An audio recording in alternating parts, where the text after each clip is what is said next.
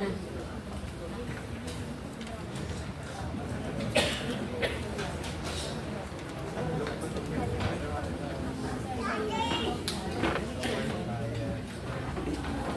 evening.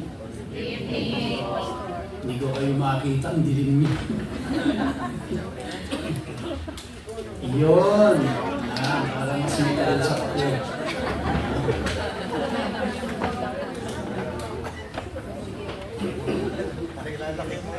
So, ang ating pong mensahe ay pinamagatang Yom Teruah, the Feast of Trumpets. O sa Tagalog po ay Araw ng Pagtunog ng Trumpeta.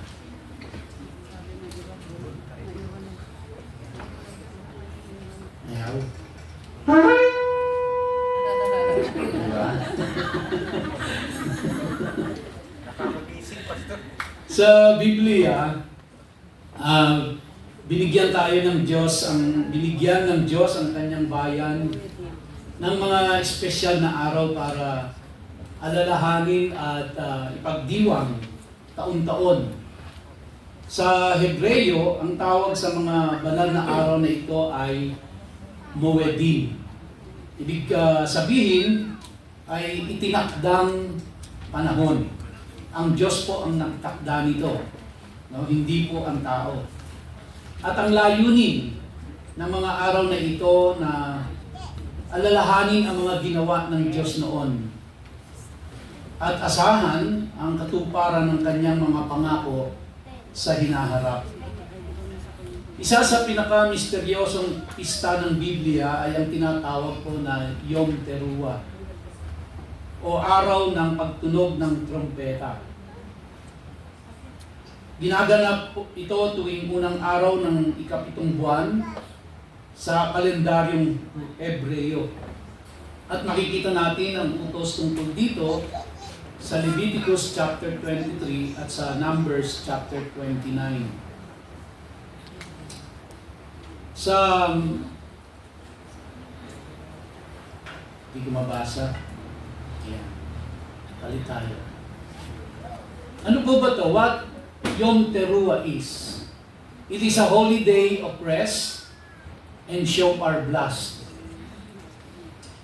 Number 2, it is a spiritual wake-up call to return to the Lord with renewed focus. Thirdly, it is the doorway into the fall feast leading to Yom Kippur and Sukkot. And it is a proclamation of God's kingship and anticipation of His kingdom.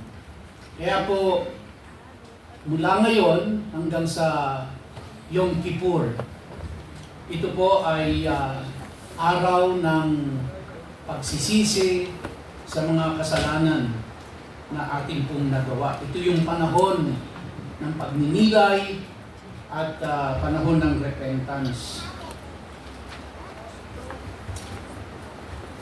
Sa unang araw ng ikapitong buwan, magdaraos kayo, sabi po doon, no? Magdaraos kayo ng isang araw na pahinga, isang alaala na ipapahayag sa pamamagitan ng pagtunog ng trompeta. Magtitipon kayo para sa banal na pagtitipon, convocation na tinatawag. Huwag kayong gagawa ng karaniwang trabaho at maghahandog kayo ng pagkain para sa Panginoon. Ito ay araw, sa Numbers naman po, ito ay araw ng pagtunog ng mga trompeta. Maghahandog kayo ng mga handog na susunugin bilang mabangong alay sa Panginoon. So ito po yung ating binasa kanina. Tinagalog ko lang. Yan. Bakit ano po? Ang sabi diyan ay nabasa. Magpahinga, tumunog ng trumpeta at maghandog. Hindi magagawa ngayon. Maghandog, hindi magagawa ngayon. Bakit to? Kasi wala na hong templo. Kaya hindi natin magagawa yung paghahandog. Kaya ang ginagawa po natin, kahit yung mga Israelita ngayon, ay inaalala na lang po. No? Kumbaga, memorialize na lang nila. Now, bakit misteryoso po ang Yom Teruah? Kasi, ang Yom Teruah po ay walang malinaw na paliwanag kung ano ang inaalala. Hindi katulad ng Passover. Maliwanag po yun eh. Yung Passover, alam nila ano yung inaalala nila doon. Nung lumabas sila sa Egypt, no? At naghandog, Passover. O katulad ng Sukkot, maliwanag po kung ano yung inaalala nila doon kasi nagtayo sila ng mga tolda. Pero ang Yom Teruah po, walang malinaw na paliwanag. Kasi ang ibig sabihin niya, sigaw, babala, tagumpay. So ano inaalala nila doon? Kaya medyo mysterious siya kung ano talaga. Kasi pwede siyang maging tunog ng babala, pwede siyang maging tunog ng pagsasaya. Sa sa Numbers chapter 10, pag tumunog ang trumpeta, pag tumunog ang shofar nila, ito po ay na sila, disassemble ng kanilang mga tent, pagkatapos sila ay maglalakbay na. Remember, nung sila ay nasa wilderness, hindi naman sila tumigil lang sa isang lugar. From the time they came out from the land of Egypt, naglakbay sila papuntang promised land, patigil-tigil sila doon. So, kaya kada i-disassemble nila yung tabernacle, i-disassemble nila yung mga tent, tutunog yan. Kaya sila ay gagalaw na para maglakbay. Udyat na yon na para sila ay maglakbay. Pangalawa po, isa sa mga example dito yung pagbagsak ng Jericho. Nagtunog sila ng trompeta doon. Diba? 7 times, sa isang araw, isang beses silang iikot, tapos ginawa nila yon for 13 times, and then saka nag-blow sila ng trumpet, bumagsak yung walls of Jericho. Pangatlo pong example is sa Joel 2. Madalas inaawit natin ito, no? Yung blow the trumpet in Zion, Zion. Yun po ay isang babala sa kanila na magsilikas na sila dahil darating na ang paghuhusga ng Panginoon. Yun po yung araw ng Panginoon. So kaya po yung Teruah ay wala talaga siyang specific na kung ano ang inaalala doon. Hindi katulad ng Passover, hindi katulad ng Sukkot. So ito yung ilan sa mga example na pag tumunog yung trumpeta, merong iba't ibang ibig sabihin siya. Kaya hindi lang po iisa ang tunog nun eh. Alam nila kung kailangan na silang magligpit ng kanilang mga tent at maglalakbay. Alam din nila kung pagtunog kung ano kung sila ay makikidigma. No? Alam nila kung yon ay babala. So iba-iba yung way ng pag-ihip nun, hindi isang tunog. No? So alam nila yon. Dahil siyempre, paano mo isesend ang message sa 3 milyon na tao? Kaya yun ang ginagamit nila as a communication tool para dun sa mga tao. Ito ay ginagamit din bilang tunog ng babala at tagumpay. Kita niyo naman, may background. Yan po ay babala para sa masasama. No? At yan din ay tunog bilang kagalakan para sa matuwid. Yan din po ay ginagamit bilang sigaw ng pagsamba. So kaya iba-iba ang ibig sabihin po ng Yom Teruah. No? Hindi lang it does not only pertains to the second coming, but since the time of Israel, iba-iba po ang naging kahulugan nito sa kanila. Ano po ang mga prophetic connection nito? Katulad po ng isang example is yung Noah's flood. No, ito po ay bilang paglilinis ng mundo. Alam na natin lahat kung ano ang kwento rito. Na nagkaroon ng babala ang Panginoon. Although wala naman pong trumpet, pero ito ay warning sa kanila. Ganon din sa 2 Peter chapter 3. No? Ito naman ay may kinalaman sa paghuhukom sa apoy. And in Matthew chapter 24 and 1 Thessalonians 4, ito naman ay trumpeta sa pagbabalik ng Panginoon. So it conveys different messages. Depende sa kung ano ang kapanahunan ng mga time na yan at kung ano ang kanilang mga pangangailangan. Sa mga Hudyo po, ang tawag nila ngayon dyan ay Rosh Hashanah. Tayo ay tinatawag nating Yom Teruah. Ang Yom Teruah ang tawag sa Biblia. Ang Rosh Hashanah ay galing po sa tradisyon.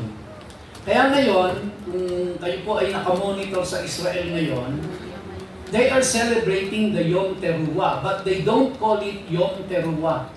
They are calling it now as Rosh Hashanah, which is, ito po ang New Year sa kanila.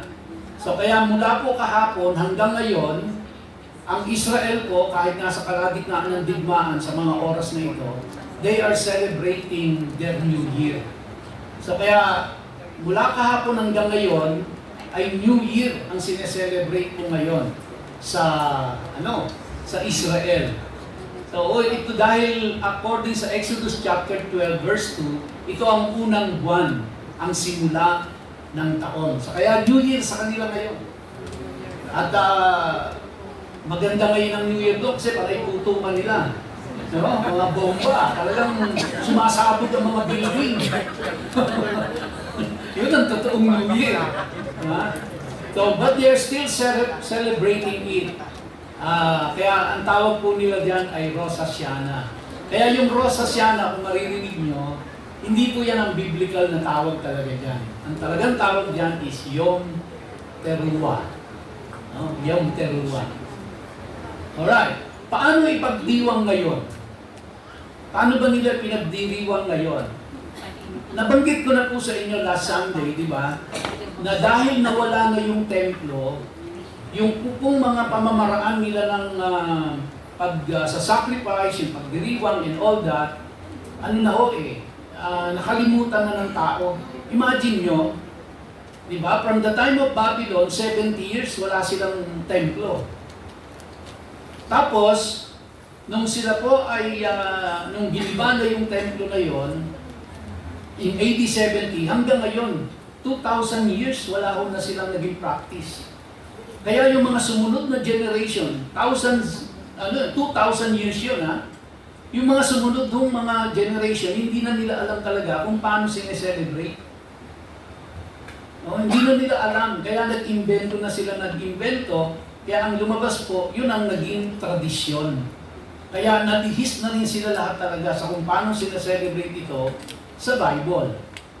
Kaya naman po tayo, dahil hindi rin natin alam kung paano talaga. Dahil mismo yung mga Hudyo, hindi rin nila alam na.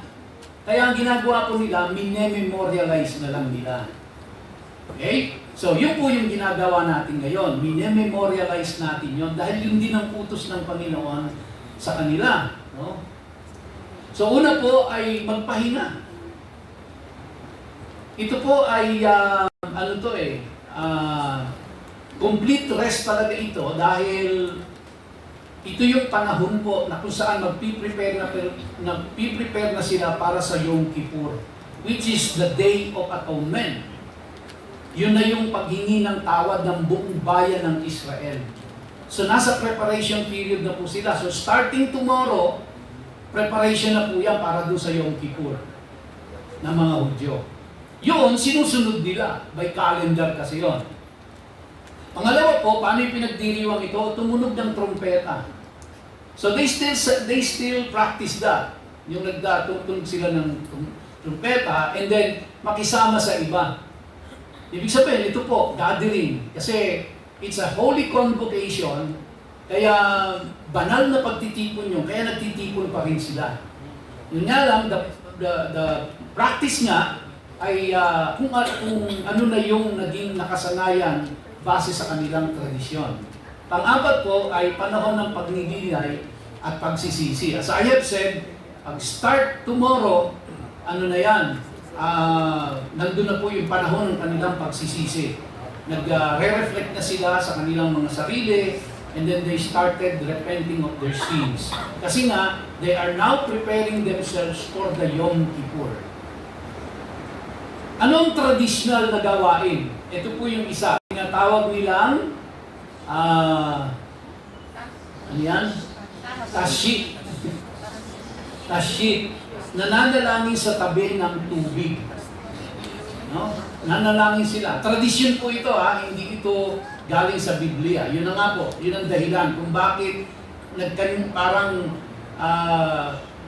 dahil nga po sa nawala yung templo nila, hindi talaga naipasa na kung paano ginagawa. Kaya nag-isip na sila kung ano yung alternative. At isa po dito ay yung manalangin sa tabi ng tubig. Ano pa po? Yung pag-aalay nila ng ram, na katulad nung nangyari po ng si Isaac ay dapat isa-sacrifice. No? Tapos, ang isa pa po dito ay yung pagkain nila ng mga matatamis. Ewan po kung marami tayong matamis dyan. Simbolo ng matamis na panahon. And ito po rin ay kumbaga bilang ng foundation, paghahanda nila para po doon sa darating na Yom Kippur.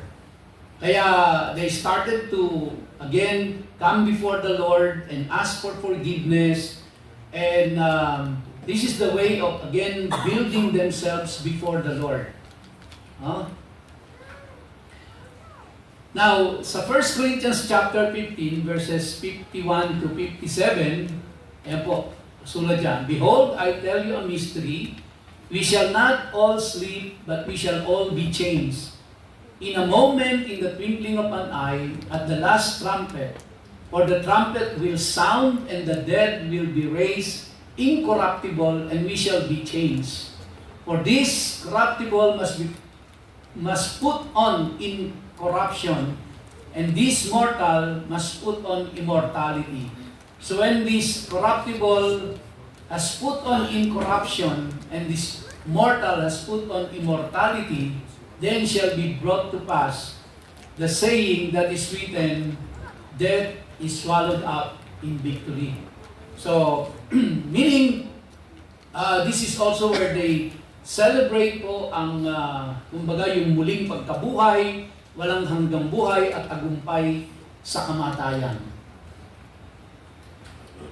So, paano po? Paanyaya sa ating pagdiriwang? Ipagdiwang ang Yom Teruah bilang araw ng paghahanda.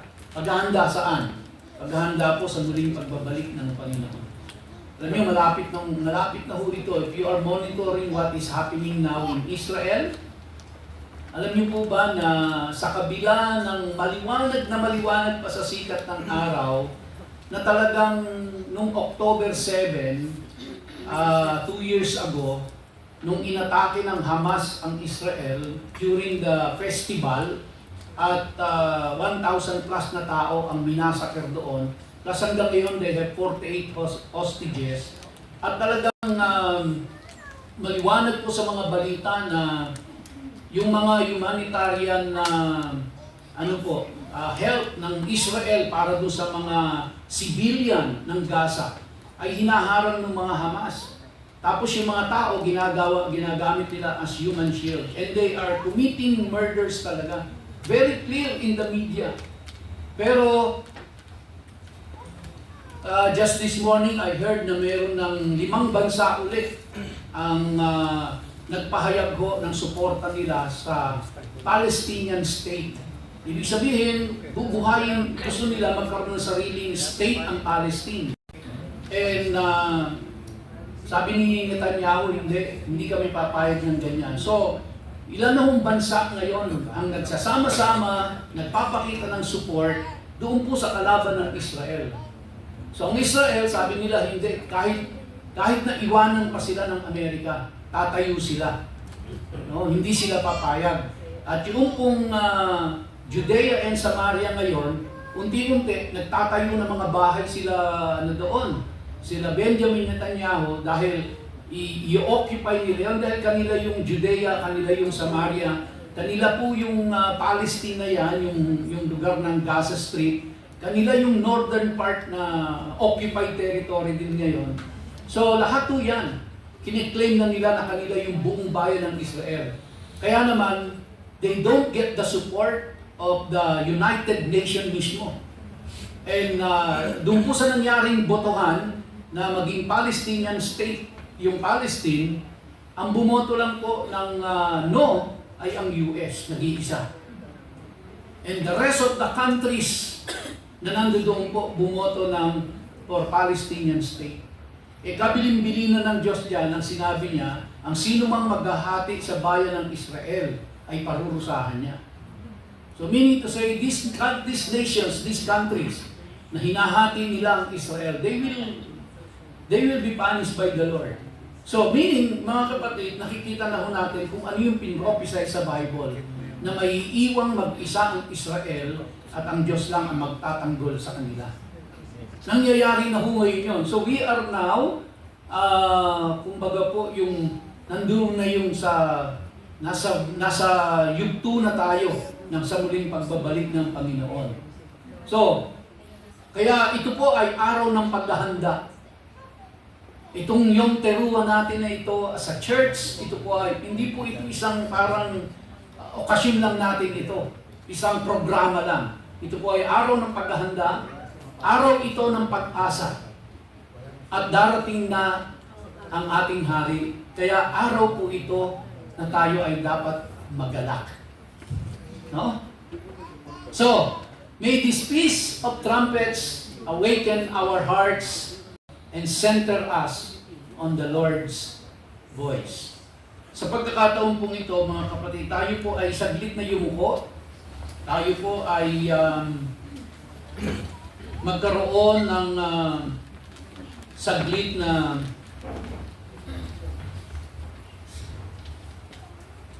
katahimikan. And this is the time po na magkaroon tayo ng pagsusuri sa ating mga sarili. So the trumpet has sounded. Ang tanong po is, now what? With all our heads bowed and our eyes closed, brothers and sisters, Yom Teruah is not just a celebration. It's a wake-up call. The shofar blasts are heaven's alarm clock, shaking us from spiritual slumber. So I ask each and every one of you, the trumpet is not just a sound, it's a summon. It is a call to repentance. It is a call to readiness. It is a call to battle. And it is a call to worship. So today I challenge you to respond to the trumpet blast.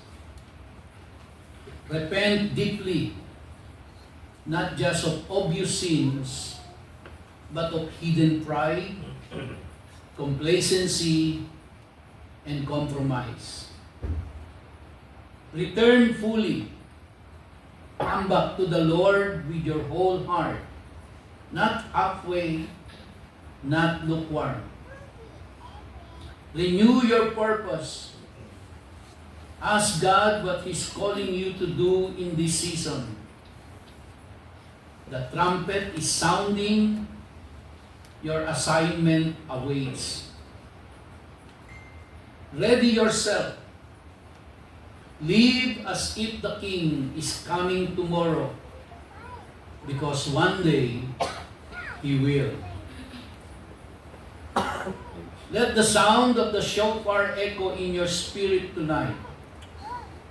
Let it remind you that time is short, grace is available, and God is calling.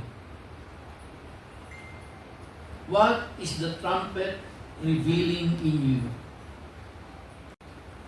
Yom Teruah is not just about the sound of the shofar. It's about what the sound awakens in your soul. What that sound awakens in your soul. The trumpet is not just a blast, it's a mirror. It echoes through the chambers of your heart and ask, what are you hiding?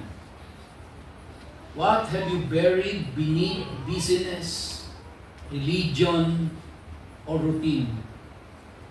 What is God trying to uncover in you? And here are some soul-searching questions for each and every one of us. What am I clinging to that God is asking me to release? Where have I grown cold, cynical, or numb? What truth have I been avoiding? What step of obedience have I delayed? If Jesus returned tonight, what would I regret not surrendering? Brothers and sisters, this is not condemnation. It's an invitation. The trumpet is not a threat. It is a gift. It calls us to repent without shame, to reflect without fear, and to return without delay.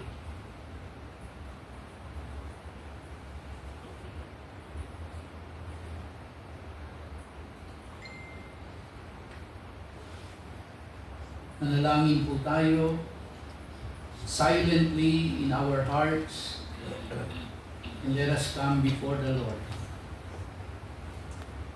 asking for His forgiveness, asking for His grace, asking for His guidance, asking for His blessings.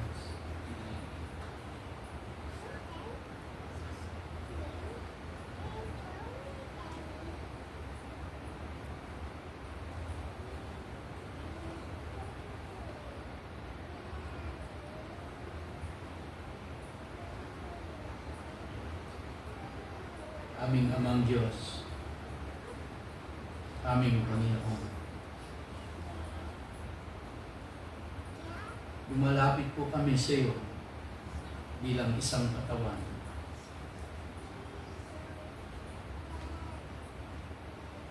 Ano man ang nagawang kasalanan ng simbahan ito sa iyong harapan, inihihingi po namin ang tawad sa iyo. Linisin mo ang simbahang ito, Panginoon.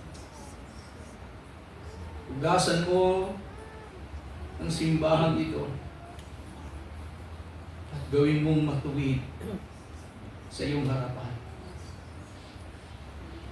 Tulungan mo kami at turuan na sumunod sa iyo at huwag kaming lumihis sa ipinag-uutos ng iyong mga salita. Mula ngayon, Panginoon, hanggang sa darating na Yom Kippur, turuan mo kami individually, in the privacy of our homes, to confess our sins, to repent from it, and to totally surrender our lives to you. Tulungan mo po kami, Panginoon, simula sa pag-uwi namin ngayong gabi hanggang sa pagdiriwang namin ng Yom Kippur, sa pagitan ng mga araw na ito, kami po ay magnilay, kami ay mag-isip, kami ay magpasakop sa iyo, at ituro mo sa amin, Panginoon, kung ano ang nararapat naming gawin. Dahil naniniwala po kami na nais mo sa aming pagharap sa iyo, malinis ang bawat isa sa amin. At salamat po sapagkat kay Kristo Jesus, posibleng mangyari ito, na kami ay malinis sa lahat ng aming mga kasalanan at mapatawad kami sa aming pagkakasala. Salamat po, O Diyos, na binigyan mo kami ng pagkakataon sa gabing ito upang alalahanin namin ang mga ginawa mo sa amin. Maraming pong salamat, O Diyos. Sa iyo ang papuri, sa iyo ang pagsamba at pagdakila. Sa pangalan ni Yeshua. Amen. Amen.